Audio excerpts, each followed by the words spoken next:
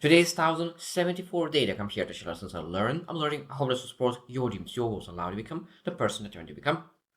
Today, speak about generational addiction. Such an interesting topic. I think that generational addiction is something that we can potentially have a massive addiction that we understand. And of course, alcohol, and we need to understand there's two types of addictions. There is a substance addiction and there is behavioral addiction. So substance addiction is much easier to understand. Like someone is taking some kind of alcohol, some kind of different kind of substance, and is not healthy, and it's of course it's a massive no-no. But a lot of times when we look into behavioral addiction, sometimes people do not see as them as addictions. As working too much, gambling, all those things are addictions as well. Gaming I truly believe is addiction as well. Basically, 18, I was playing enormous amounts of time. And I think that a lot of times gaming is running away from actual reality. And it's part of addiction because it gives a lot of dopamine. So just really being able to understand where those addictions are coming from. And now, when you think about generational addiction, it might be that one person uh, was having one addiction, but the other person has a different kind of addiction. So it's that sometimes people transfer not the same addiction, sometimes transfer the different kind of addiction. And why is that? Because the main reason of generational um, addiction is that they transfer the coping mechanisms. Coping, how to cope through difficulties. When you see your loved one, for example, when you are a kid, when you see your loved one, maybe a father or a mother is your hero, and they do things certain way, and they cope through things certain way. Of course, we learn the way how they do things. A lot of times, it's not that easy to really break cycle of generational addictions because we just learned the way how to do things. This is how they do it. This is how they cope. And there's, of course, we need to really learn. And today I really wanted just to discuss, okay, what we need to understand about generational addiction. So number one, root cause. What is the root cause? So it could be that addiction runs deeply, like some kind of trauma. Trauma could be run deeply in the family. A lot of different trauma could be. It could be even mental illness and poverty, all those, what kind of potential trauma is in the family. When you understand the root cause, maybe you're able to look at again where that trauma started. Because of course something is hard. If like it's a father and a grandfather and a grandfather and grandfather, all of them had exactly the same addiction, of course, and it's very hard to really understand. Okay, where this journey, where this line of addiction started. So we are not able to pinpoint the trauma. We need to understand that that's still need to work on this generation trauma and really work on getting out of it. Second thing is genetics. That means when you understand that there was all generation going through the same addiction, that means that our genetics changes. Our DNA is different. That means that is we are more lean to different addictions. So that means when the people say like, oh, some people get to addiction much faster, like drink alcohol, and they get addicted much faster than other people. And that's exactly what it is. That some genetics are different.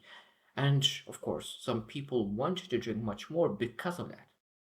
That is, not everyone is a white slate. No, there's a lot of we bring with genetics a lot of things. That's why there's a nurture and nature. Nature, like we already have something built in us, and of course, after that, if you still nurture the parents, what their behaviors and their coping mechanisms and everything, of course, that means that's why they have higher chance of addiction.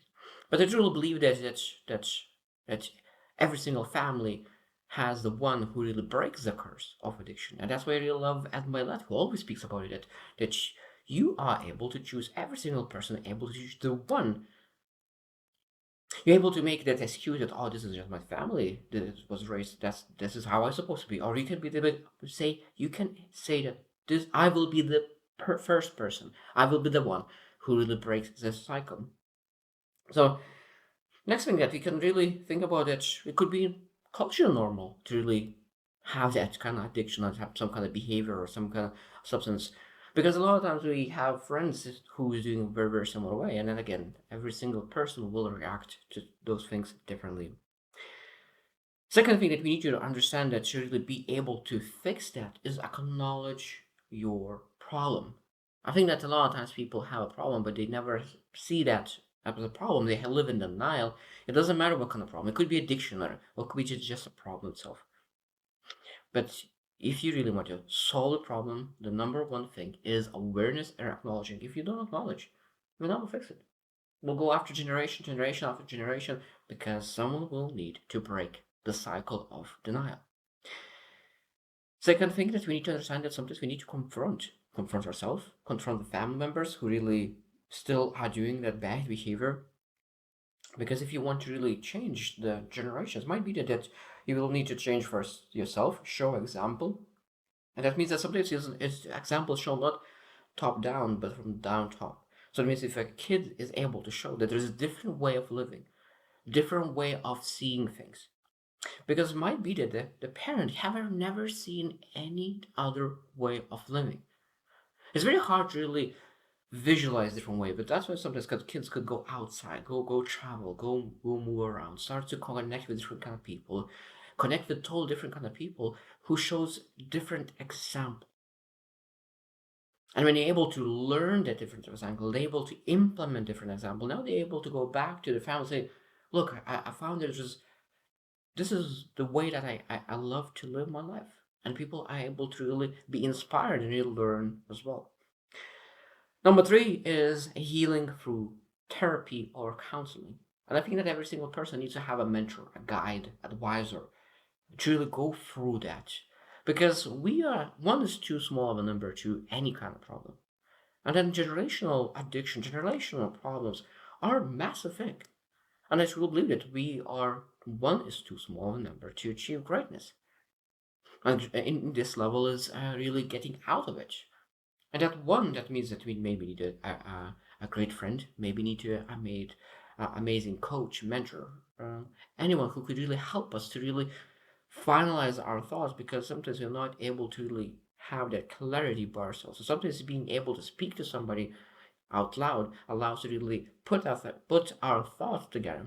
Sometimes we don't need other person too much. We just need someone to listen and understand to make sure that we're able to get all the knowledge for ourselves.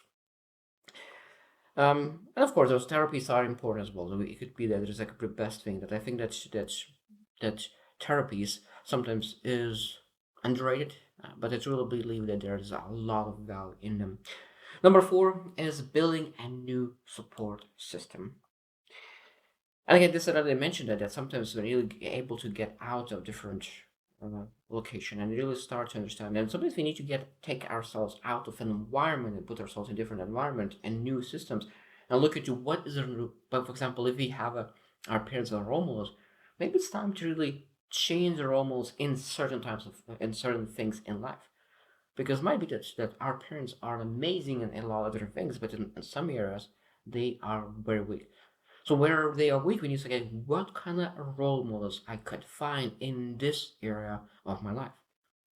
So it means that role models could be just, we need to understand that in life we always need to find role models in certain areas, in everything in life. That means if a person is strong in math, we following that person. If a person is strong in sports, we following in sports. If it's strong in science, we follow in science. So that means that we look into who that person, what area they are experts in, and that's where we have that person as a role model. I think that a lot of times we put too often one person as a role model in different areas of our lives, even though that in other areas they are very weak, and that's a big mistake. Um, the and the most important part is we need to understand that we need to work on building healthy relations. I don't know. Sometimes when you have a massive addiction, sometimes to build a healthy relation is very very hard because you potentially even isolate yourself. But being able to really be intentional, start working on understanding how to build healthy relations, how to really nurture them, how to be able to open up, and all those things to really start working. Because at some point we will need to do that, even though that sometimes it could be very, very difficult to do that. Number five is developing new coping mechanisms and life skills. That means, as I said at the beginning, that addictions a lot of times is coping mechanisms for the things that we sometimes we even don't understand. That means that people overwork for a reason as well. And understanding, okay, why I'm workaholic, why I work as addiction, why I game as addiction, why I do those things. And now we're able to say, like, I cope because I don't see a meaning, I don't see the purpose, I don't see, like, when you understand that the meaning of all your addictions, and you start looking at what kind of new way I could cope, what kind of new coping mechanisms could I build in my life. That's very powerful. Because rather of gaming, maybe you will read a book. Maybe rather of gaming, maybe you will do something very valuable. Maybe rather than gaming, you will start a business. Maybe rather than gaming, maybe you'll be able to little go to some kind of network event and connect and network and find people who are very similar like you, who wants to build something.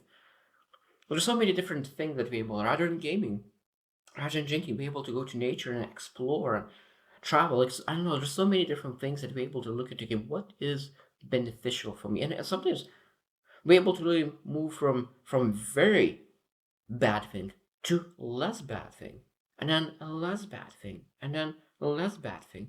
And it would be from maybe from addiction, maybe from game addiction, maybe then for some kind of movies addiction, maybe then to like podcast addiction, because that could be addiction as well if you just listen all day long. Then for so you start taking some action. So they're really looking at how to really break that cycle. Could be even taking a small steps from bigger addiction to smaller, smaller, smaller until that addiction disappears.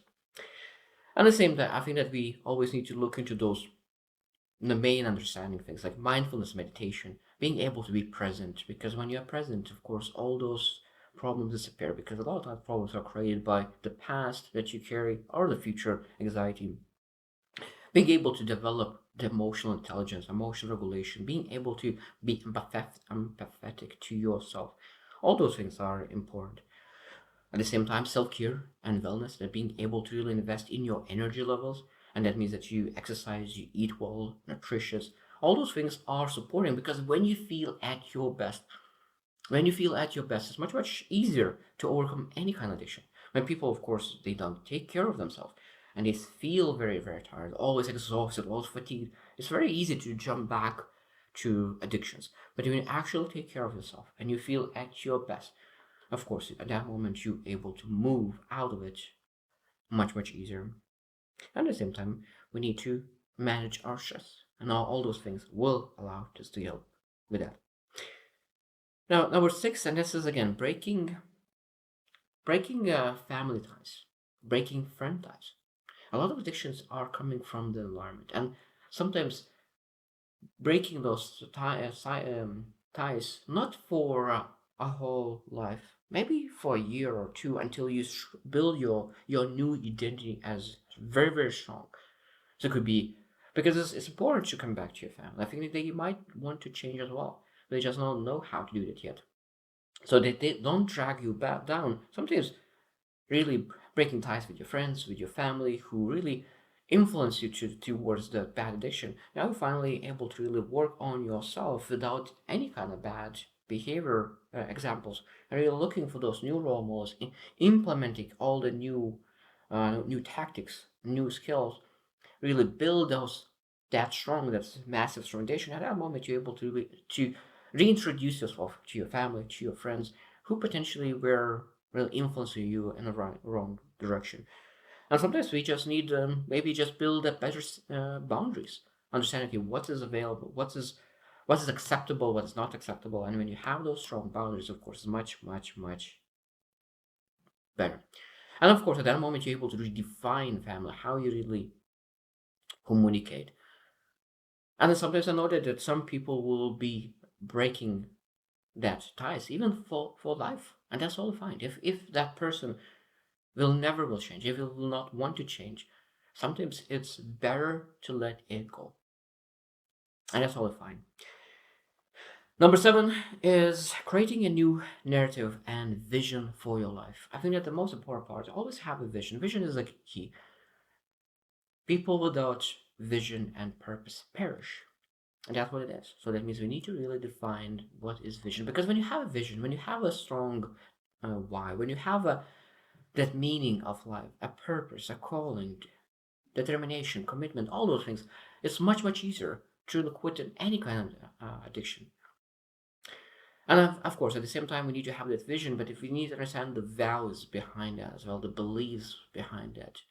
Because sometimes we say, okay, I want to be, my vision is to become the most successful person, make millions of dollars a year. But what's the reason behind that? If you have kids, so that means that do you want that millions for yourself? Do you want it for your family? Like what's behind that? What's the reasoning behind it? Because when you have that, of course, we're able to really do it in the right way. Because a lot of times I think that we fall into addictions because we do not know the reason behind it. Because if we just do the goal without knowing why we're doing that. And then of course, at the same time, we like this will allow us to really finally, when you have vision, to break that finally family pattern and really build new pattern that will, because I love that really thought that you're able to break generational pattern and build new pattern that will be built to generations to come. And I love that having every single person has that power to really build a new pattern for the future to come, and it'll build a massive ripple effect on the family, on generations to come. I think that is a massive, massive, massive thing. And I love this the word as well, reparenting yourself. So it means if you were not parented very well in some areas of life, okay, how I could reparent myself? How if I were my parent, how I would parent myself? And being able to really build yourself up to make sure that you're able to build people up as well. And of course, at that moment, you're able to um, really build yourself so well that you will be able to build other people at the same time. Because what I like about really generation trauma as well, when you're really able to overcome something, when you're able to overcome addiction, you become a tool. You become a tool for other people because you achieve something that other people trying to achieve as well. So it means when you are in a trouble, when you have a massive problem, you can really look for other people who are to fix the problem and ask for help. Or if you don't find that person, you can really get disappointed, or you can be the person who really will overcome, find a way, and then help other people to overcome the same thing as well. And number 8 is education and breaking the stigma. So that means that it's still very important to understand addiction, like a science behind that, like where is that coming from, how to deal with that, because there's a lot of in our brains how our brains work when addiction is like called dopamine. So when you understand addiction, it's much easier to deal with that. So of course, we need to understand what are other people beliefs and really work on that because addiction is not a bad thing. Just understanding that addiction is the coping mechanism. I think we're able to become much, much more compassionate towards addiction because a lot of times we're oh, this addicted person that is a very weak person. No, that's not the case. I think that a lot of times they are not weak, you just don't know how to deal with it. When you give them opportunity and solution, they're able to do that and overcome everything in their life. The last one is, that I want to share is that long-term commitment and healing. That means that there's, when you think about generational trauma, generational addiction, there's like was 100 years, maybe even more years that trauma was going by. So that means that you will need to really take care of that for but potentially the rest of your life, and it will take not them. It might be that short. It might take year to really to overcome that and build new patterns. But that's totally fine. And being able to accept that and work on that, I think that is the beauty to success. When you really have that mindset that I will work until it's done. So you mean I said I will work on it for the next 5 years? No, maybe you will need more than 5 years. What happens if you don't finish in 5 years? You go to back old ways? No. I will work on this until I'm done. That is the key to success. And I hope that you reflect as well. Maybe you have some kind of small addiction, because I think that sometimes majority of people don't have massive addictions. Most people have very, very small addictions that be able to look after and really fix. Also, people have friends who has addictions, and being able to be more compassionate towards them is very important as well. So I hope that you will reflect on that, and I hope that you will choose to win, and see you tomorrow.